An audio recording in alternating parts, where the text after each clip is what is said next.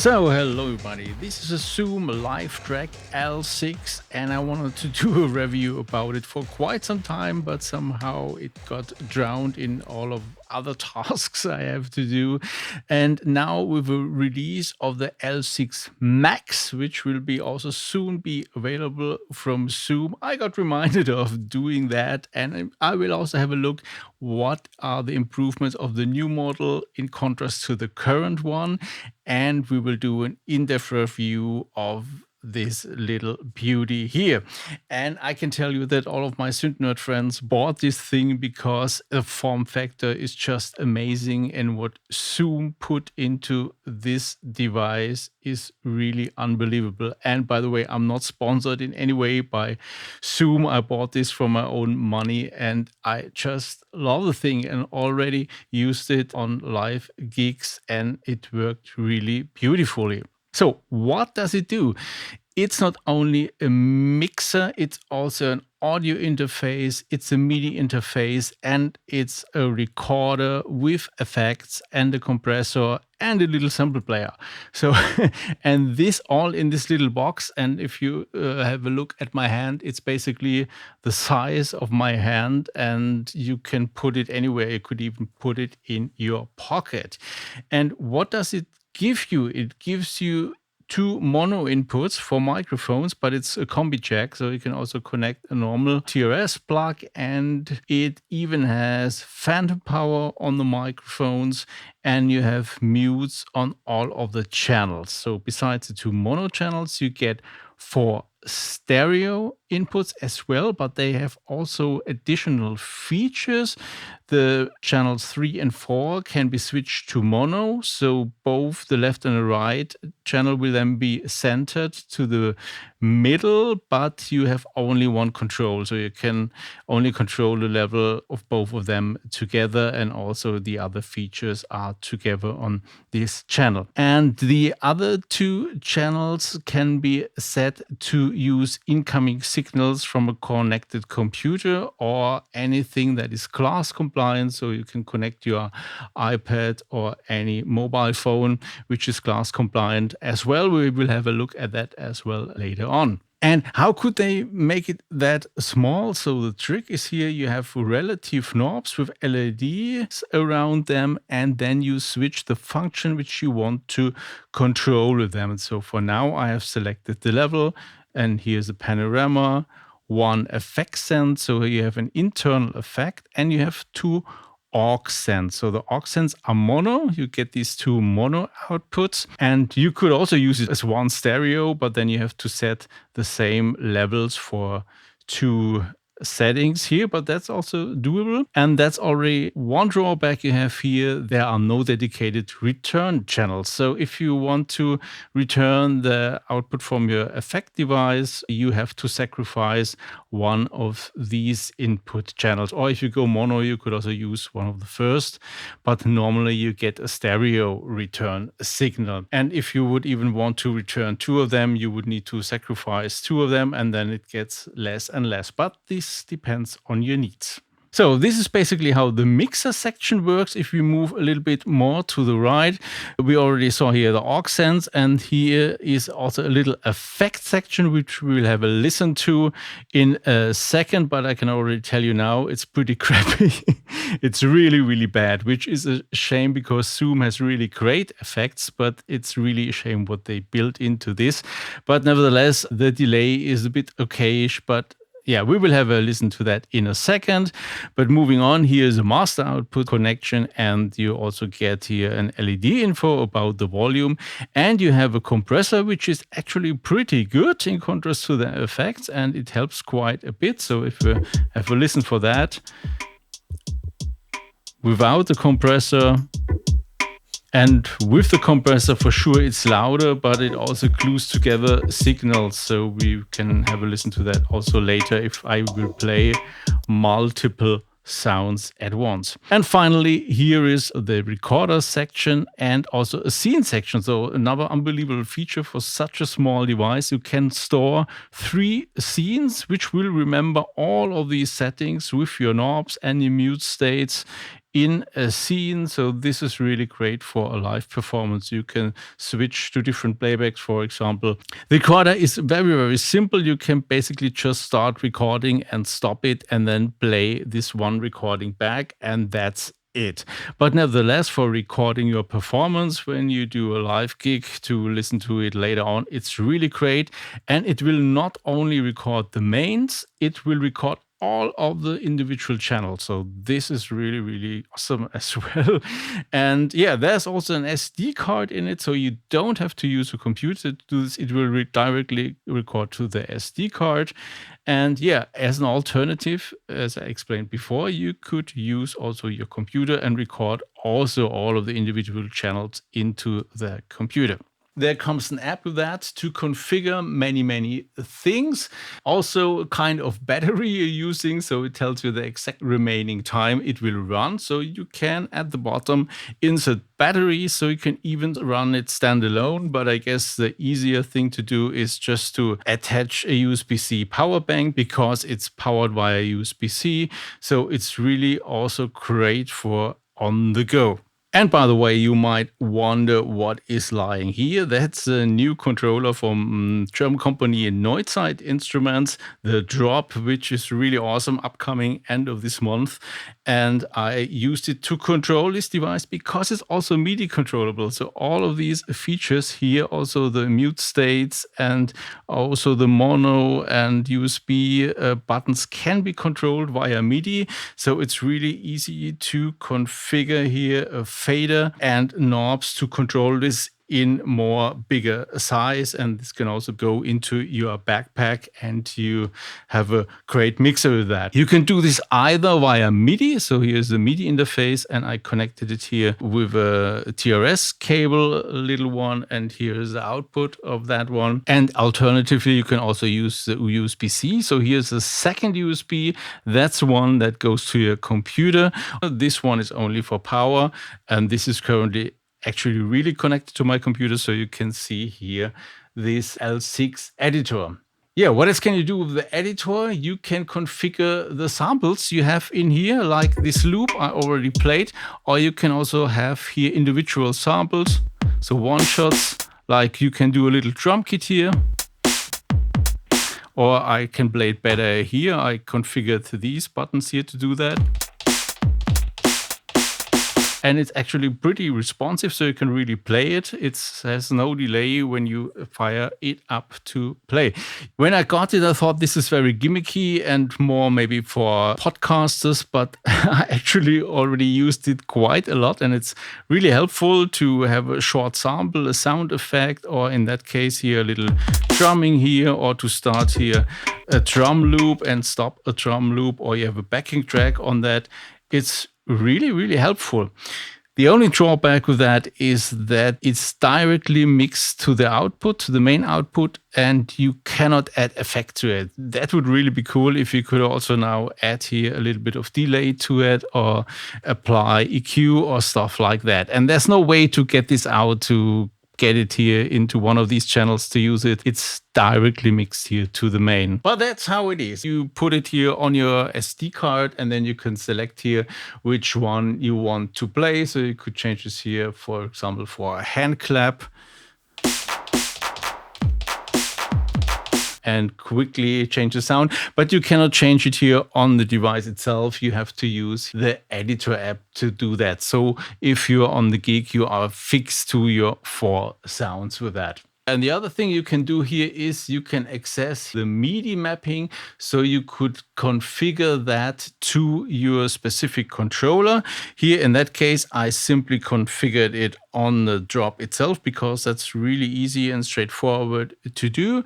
But you could also change it here and use also, for example, a launch control XL from Novation to configure that, or any other controller you have with you, like an APC or whatever you prefer. And you can control actually quite a lot of things. Starting maybe on the top, there's all the EQ settings can be controlled, all of the effect sends, also the aux sends can be controlled, the panorama, the level, the mute states, and all these buttons up here. So these mono USB settings, the effect type even can be selected via MIDI, and the compressor can also be switched on and off. So pretty complete to do that.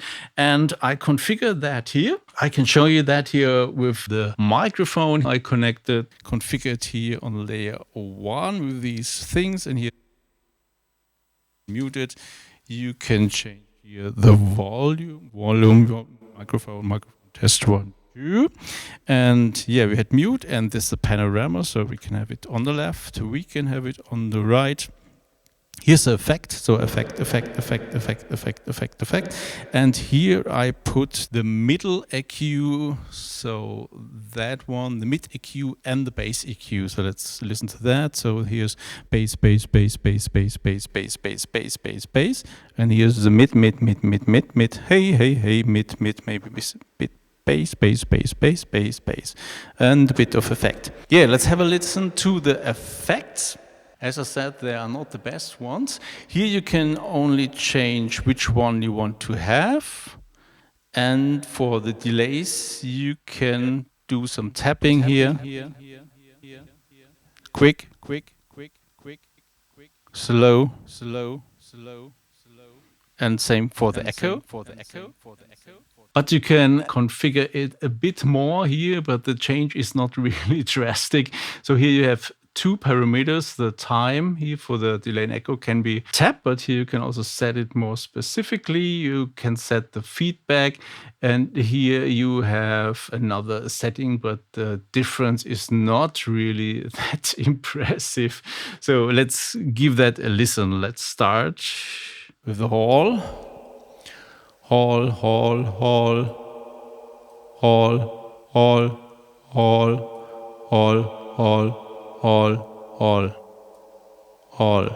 So tone doesn't really change that much. Same for the room. Room.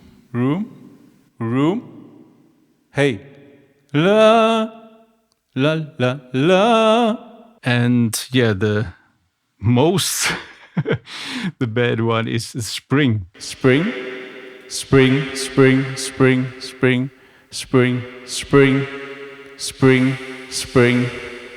I just did a review of old 12-bit effects, and even these sound better than that one.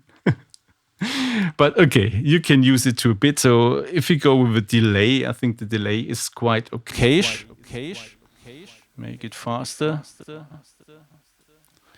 Delay. And you can go quite endless as well if you crank it up. Effect. Drone. Bam.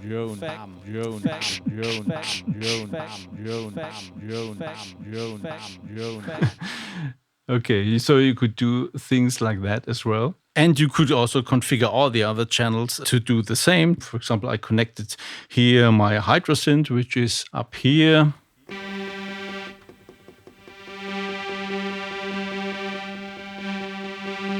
So you can do exactly the same things with that, and by using such a MIDI mixer, it's easier to navigate because the knobs work quite nicely, but the LEDs behave a bit strange if you change it here. You see, it's sometimes very quick and it does not always fully relate to the volume, and it's hard to see which intensity you actually have selected for a specific setting. So it's much easier to do that here. You could also give this a name. I didn't do that, but I could also say here volume 1, and here I could panorama, and here I could put a sand, and the knobs here on the tops could also press. So I could also configure that to reset them to the 0 value if I wanted to have that, or to any other function. And last but not least, I wanted to show you how you can connect the class compliant device. We will connect here my iPad, and for that I need to disconnect my main computer. Pick here, grab another cable. So here's Cubasis running on the iPad and a little demo project, and I hope it's coming through on the mixer here. So I need now to enable that the input 1 and 2 is coming in here. Let's turn it down a bit. Oh, and here it is. I could also use that fader here.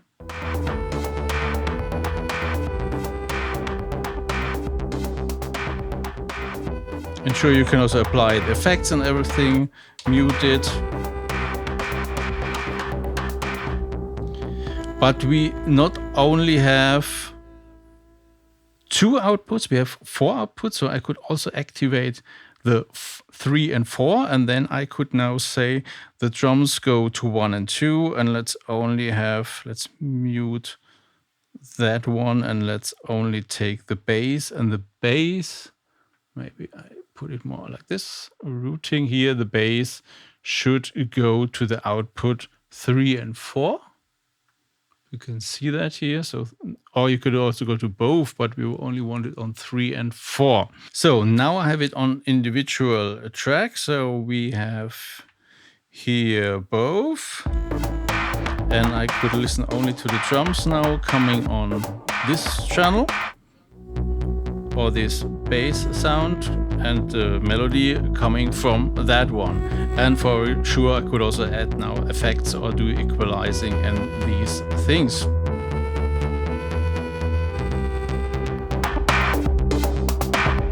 And also play some drums over it.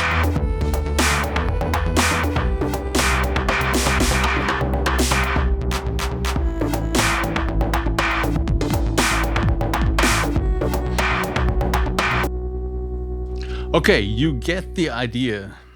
So what is the conclusion? This thing is really the Swiss Army knife for mixes on the go.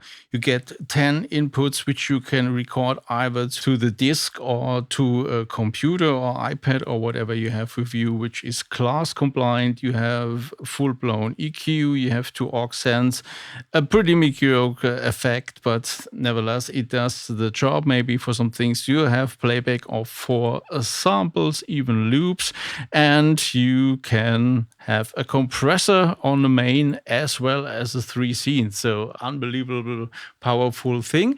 But there are some drawbacks which need to mention, and the biggest drawback is that the monitor is not independent from the master channel, which is really a no-go for a live situation, which means if you crank up the master to give the main mixer more volume, you will also get a louder headphone mix, which is bad. And if you want to turn it down, for example, you want to check something before the gig starts, you will hear nothing on your headphones.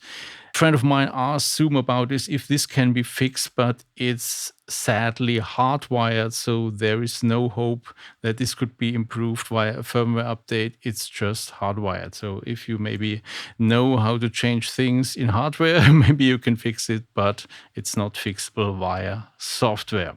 I already mentioned the other drawbacks, that there are no aux returns in the mixer. So you have to sacrifice one of the stereo inputs for that. And you cannot apply any effects or EQ to the sample effects. But okay, that's whining on a high level, I think. But these drawbacks bring me to the new model, the Max model. And if we have a look at the Max model, you directly see what's the main change is you get 2 more inputs, and these inputs are even microphone inputs. So quite a huge improvement. And the first 2 channels now have also a high set button, which means you can now connect guitars or bass guitars, which is really nice if you are a kind of singer, songwriter, live gig, or play a bass to your electronic set. That's really helpful to have this in the mixer as well.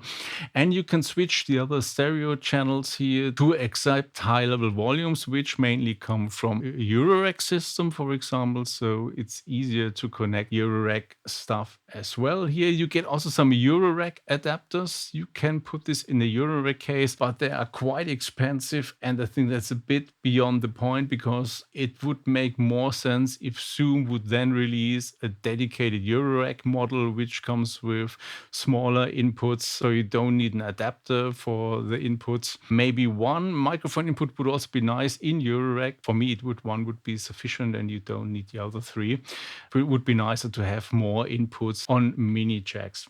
And yeah, the biggest improvement is the fix. The issue I talked about is that the master is not independent from the monitor, and on the Max you can select this. So you can have it either like on a smaller mixer, or you can have it independent, which is that what you actually want on that device. And that's really tempting to upgrade to the bigger one just for that reason. So yeah. And it has a sub out channel. So here you see there's additional button to do a sub mix, and the sub mix can be put also optionally on the headphones. So you can pre-listen a sub mix, which means you can pre-listen to some playback or to a sound you want to insert coming up, a different sound, and then add it to the normal main output if you think it's okay. And you see also here's a display, so very helpful for the recorder. So the recorder is also more powerful now. It can still record all of the channels as it was before, but you have now a bounce option, so you can bounce all of these channels in one stereo track and then record more over them. And you will not lose the other previous recorded tracks. They will be bounced but still be kept, so you have all these single recordings. So also quite nice feature. And for example, you can here select different tracks for playback, which might be also great for having this as a playback machine if you need some fixed playbacks for that, because you now can read the names and start them and stop them. And you will get here one more scene, so not only 3 scenes, but 4. So really cool stuff that Zoom is doing here, innovative stuff, which is not so common, especially in mixers. It's really a step forward. What do you think? Did you also buy it? Do you plan to buy the bigger one? Do you plan to upgrade to the Max? Tell me down in the comments, and stay tuned for an in-depth review of the drop, which is also something you need to have on your list of stuff to buy. But until next time, make some funky music.